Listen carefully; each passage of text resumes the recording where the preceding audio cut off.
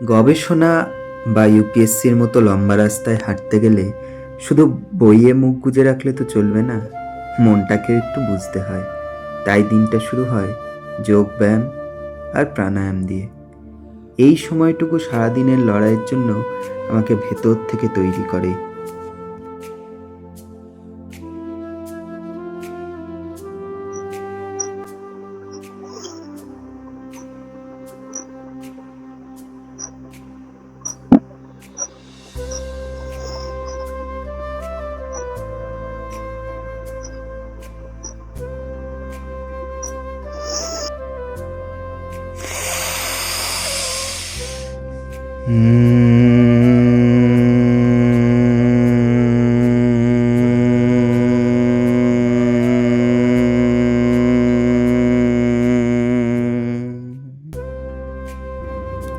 হালকা ব্রেকফাস্ট সেরে সতেজ মন নিয়ে আমি ঢুকে পড়লাম গবেষণার জগতে।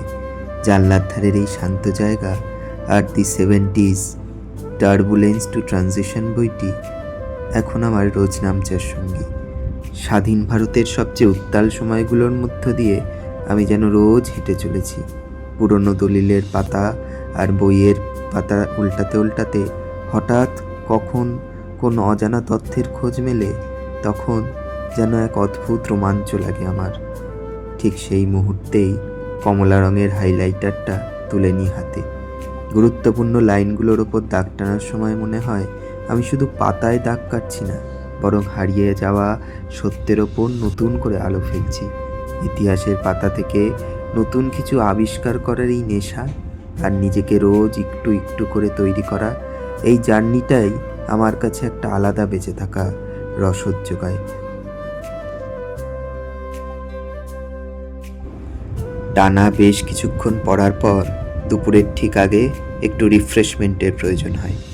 এই কাঠফাটা গরমে ডাইনিং টেবিলে বসে এক গ্লাস ঠান্ডা বেলের শরবত যে কি আরাম দেয় সেটা আর নতুন করে কি বলবো। এই ছোট্ট বিরতিটুকু শরীর আর মনকে এক নিমেষে ঠান্ডা করে দেয়।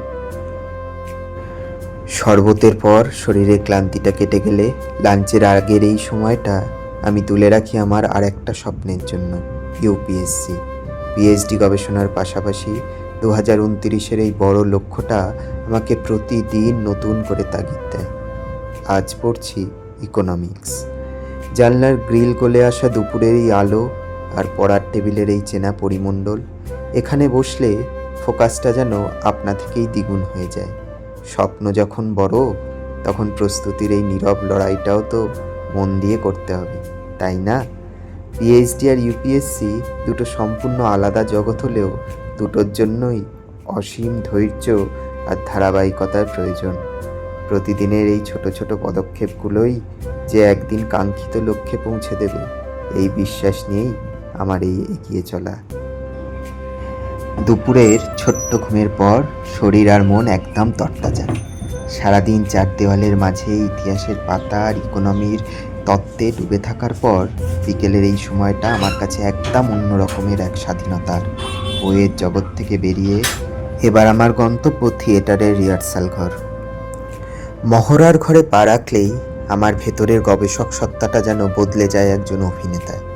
স্ক্রিপ্টের প্রতিটি লাইন অনুভব করা, নতুন চরিত্রের গভীরে ঢোকা আর বন্ধুদের সাথে এই প্রাণবন্ত রিহার্সাল, এটাই আমার সারাদিনের অক্সিজেন।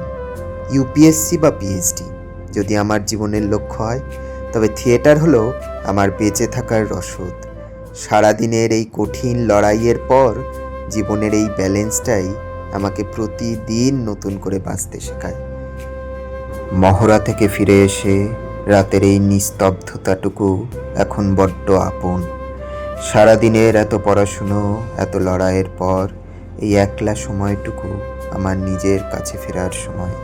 শরীর যখন ক্লান্ত, তখন স্বামীজির ওই স্থির চোখের সামনে দাঁড়ালে ভেতরের সব ক্লান্তি যেন এক নিমেষে ধুয়ে যায়। মনে হয় বড় স্বপ্নের পথে হাঁটার এই যে রোজকার লড়াই, এটাই তো আসল বেঁচে থাকা। আজকের মতো রোজ নামচা এখানেই শেষ হয়। কাল আবার নতুন সকাল, নতুন লড়াই।